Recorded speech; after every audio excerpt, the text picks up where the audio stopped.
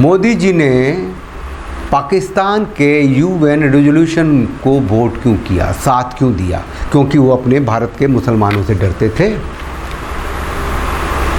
पसमंदा कहीं दुखी न हो जाते, बोहरा मुसलमान कहीं दुखी न हो जाते, उन्हें तो सुन्नी वाले तो मुसलमान मानते भी नहीं। क्यों साथ दिया? चाइना ने भी साथ दिया था, अमेरिका ने तो साथ नहीं दिया, तो अमेरिका से दुश्मनी तो नहीं ली।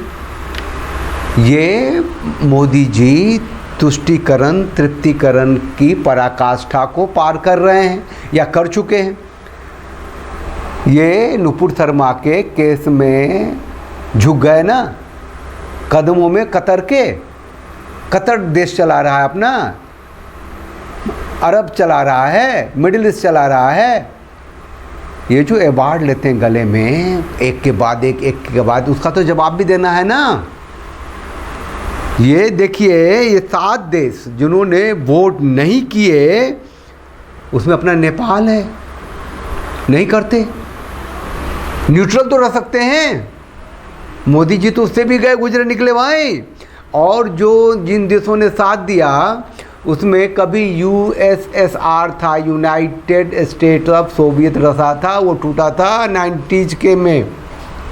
तो उससे जो मुसलमान देश अलग हुए थे, कजाकिस्तान था, किर्गिस्तान था, उज्बेकिस्तान था, उन सबों ने पाकिस्तान के फेवर में वोट किया। समझ रहे हैं ना आप, वर्ल्ड पॉलिटिक्स को समझिए। यूक्रेन ने भी फेवर में वोट किया था, है ना। तो अब कुल मिला के ये है कि बांग्लादेश, चाइना, इंडिया, सोमालिया से लेके कुछ अल्जीरिया फल्जीरिया इधर उधर जो देश हैं उन सबों ने साथ दिया। 28 देश तो थे ही साथ देने वाले। अब क्या है कि आपको याद होगा कश्मीर में जो पिछले दिनों रमज़ान के महीने में जो घात लगा करके आर्मी का जो एक वैन था उसको उड़ा दिया गया था, आर्मी वाले शहीद हो गए थे, उनका बलिदान हो गया था। वो इफ्तारी लेके आ रहे थे भाई। सेना को मोदी जी सेकुलर बना रहे हैं ना। अभी पुलवामा में जहाँ की इतनी घटनाएं वारदात होती हैं, इतने बॉम्ब कांड होते हैं, इस कदर वहाँ फेनेटिज्म है, वहाँ इस्लामिस्ट पावर है, टेररिस्ट है, आतंकवादी है, वहाँ के मस्जिदों को रिनोवेट कर रही है इंडियन आर्मी।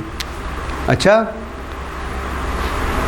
इंडियन आर्मी के पास और कोई काम नहीं है, मस्जिद को ही रिनोवेट करे। 2007 में आप गूगल पे लिखिएगा Indian army renovate mosque in Kashmir, तो आपको पूरा डाटा मिलेगा। और आप देखिएगा कि उस समय में 2007 में जब इंडियन आर्मी ने कुछ मस्जिदों को रिनोवेट करने की सोची थी, तो वहाँ के मौलवियों ने धमकी दी थी, भैया फाड़ के रख दूंगा अगर मस्जिदों की उधर तरफ आँख उठा के भी देखा तो, इससे हमारी भावना आहत होती है। तुम तो काफिर हो, काफिर हमारे मस्जिदों क्यों हाथ लगाएं? तो सेना ने कहा था ठीक है माई बाप मौलवी जी, हम पीछे हट लेते हैं। वही सेना है, मस्जिदें भी वही हैं। अब कोई फतवा क्यों नहीं दे रहा भाई, भैया हमारे मस्जिद को ना छू, हम तो खुद ही काफ़ी हैं करने के लिए। तो ये जो सेकुलरिज्म इन आर्मी में जो ठुसा हुआ है, ठूस रहे हैं, है ना।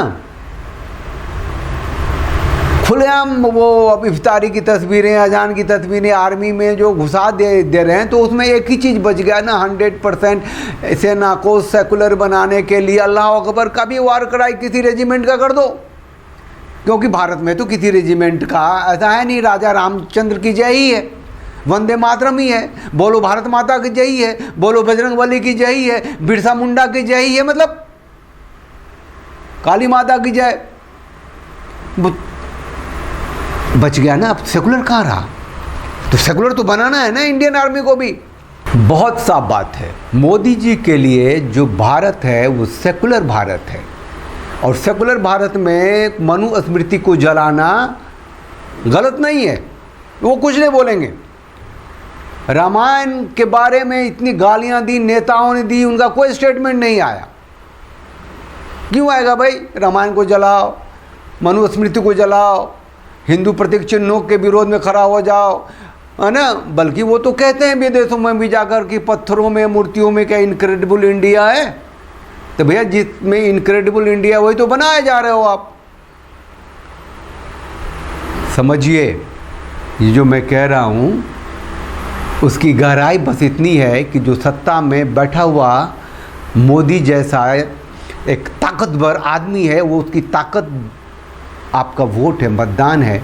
और जिसके वोट से मोदी प्रधानमंत्री बने हुए हैं, जिनकी पार्टी बीजेपी सत्ता में है, वो उसी हिंदू की सत्ता की व्यवस्था को जूतों पे रख रही है, ठोकर मार रही है। और अभी यूएन में पाकिस्तान का साथ देके ये साबित कर दिया कि वो गांधी 2 हैं।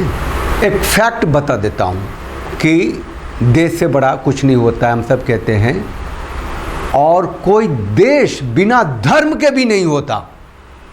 ठीक, आप अमेरिका में जो प्रेसिडेंट होते हैं वो भी बाइबिल पे हाथ रख के शपथ लेते हैं, बाइबिल पे। और उस प्रेसिडेंट ने 2 बाइबिल पे हाथ रखे थे, उस प्रेसिडेंट ने ऐसे कोटेड बाइबिल पे रख के शपथ ली थी। वो इस तरह की कहानियाँ हैं। अरे भैया, अमेरिका से बड़ा डेमोक्रेसी कहाँ है? हैं? वो तो बाइबिल पे हाथ रख के शपथ ले। और भारत में नया संसद भवन बनाए हो तो कुरान पढ़वा रहे हो। सेकुलर देश का कोई धर्म ना हो, सभ्यता है ना इसकी। 1947 में बंटवारा जब हुआ तो हिंदू के नाम पे हुआ, हिंदुओं की सत्ता की व्यवस्था ही होनी चाहिए ना। उसी के नाम पे हिंदू चेहरा को लेके तो मोदी जी आप आए और पाकिस्तान के साथ खड़े हो गए यूएन में जाके। भारतीय मूल के हैं ना ऋषि सुनक, ब्रिटेन के प्रधानमंत्री हैं ना, अभी बाइबिल को रिसाइट किया था जब प्रिंस का कोरोनेशन हुआ था। ठीक, उनको मुकुट पहनाया गया ना, प्रिंस बने वो। तो बाइबिल को रिसाइट करने की परंपरा है, कस्टम है, ट्रेडिशन है, कल्चर है, माना ना। अरे इस देश का, भारत का कोई ट्रेडिशन नहीं है, कोई कल्चर नहीं है। संविधान की शपथ लेंगे, गीता की शपथ न लेंगे, और संविधान में बैठ के कहेंगे वर्क जैसा कि हम भारत माता की जय नहीं बोलते, हम वंदे मातरम नहीं बोलते, क्योंकि जो भी इस्लाम फॉलो नहीं करता, इस्लाम के खिलाफ है, वी डोंट फॉलो खुल के कहता है। और ये लोग सुनते हैं और फिर जब भी मौका मिलता है उसका साथ देते हैं। यूएन तक में जाकर के पाकिस्तान के साथ खड़े हो गए। आप लोग चैनल को लाइक कीजिए, शेयर कीजिए, सब्सक्राइब कीजिए और उस बेल आइकन को प्रेस कर दीजिए और अपनी प्रतिक्रिया जरूर दीजिए। और ये समझिए कि देश को मोदी किस मुहाने पे ले आए हैं, और देश की सत्ता जो है, अगर उसकी व्यवस्था ये सेकुलरिज्म के नाम पे इस्लामीकरण की तरफ हो गया है तो ये कैसे थमेगा? आप खुद को सुरक्षित कैसे रखेंगे? जय सिया राम, हरिओम।